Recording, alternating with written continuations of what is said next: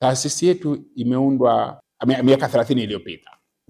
Hiyo miaka 30 mambo mengi sana yamefanyika. Kazi kubwa imefanyika. Kuanzia kujenga capacity ya wafanyakazi,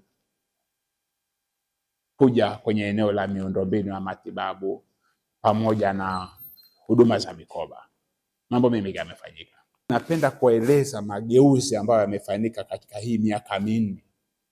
Huwezi kuamini kwamba mageuzi yaliyofanyika katika kipindi cha miaka minne ya awamu ya 6 yanaweza pengine yakawa ni makubwa sana ukilinganisha na mageuzi ambayo tumekuwa nayo kwa karibu miaka 30. Unaweza usiamini. Na kuweza tu kukupa mfano, kwa kipindi cha miaka minne iliyopita tumepokea zaidi ya shilingi bilioni 40 kwa ajili ya kuimarisha miundombinu ya matibabu ya saratani katika taasisi ya saratani ya Ocean Road.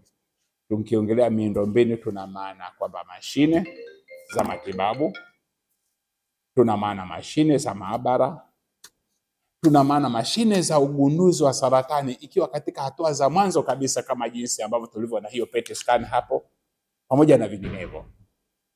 Haya ni mambo yote ambayo tumefanikiwa kuwapata katika kipindi cha miaka minne iliyopita. Na hii ndio inatakiwa iwaelewesheni mjue kwamba saratani ni tatizo. Kwa sababu serikali isingeweza kutoa zaidi ya shilingi bilioni 40 kwa ajili ya kitu ambacho pengine hakina umuhimu. Ni kutokana na umuhimu wake na madhara yake makubwa kwa jamii, ndio maana serikali ikawekeza. Kwa hiyo kumekuwa na uwekezaji mkubwa sana, na hata mtakapotoka hapa mkiendelea maeneo mbalimbali mtaona huo uwekezaji. Kwa mwaka kunakuwa na wagonjwa 10,000 ambao wanagunduliwa na saratani ya shingo ya kizazi kama wote wangekuja. Na kati ya hao zaidi ya 6,000 wanapoteza maisha. Kati ya hao kama wote wangekuja katika hospitali zetu, tungekuwa na registry, cancer registry katika hospitali zote za mikoa na wilayani, ikawa kila mtu anaenda alafu anapimwa, tungegundua kina mama 10,000.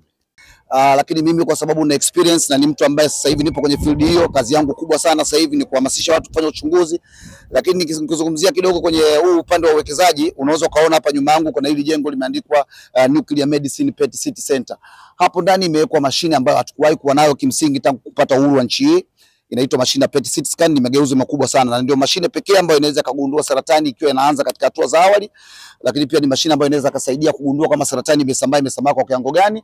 Lakini pia utakapokuwa umemaliza matibabu, whether ulikuwa unafanya mionzi, ulikuwa unafanya kemo, ukiwekwa hapa itasema kwamba huyu sasa saratani yake imekwisha, yani ni cancer free. Imetumika zaidi ya bilioni 18 hapo katika hiyo mashine. Lakini hapo ukichanganya na jengo, ukiweka na rasilimali watu, unaweza kukuta kwamba ni zaidi ya bilioni 20. Sasa huu ni uwekezaji mkubwa. Kwa kweli labda nichukue pia nafasi hii kumshukuru Mheshimiwa Rais.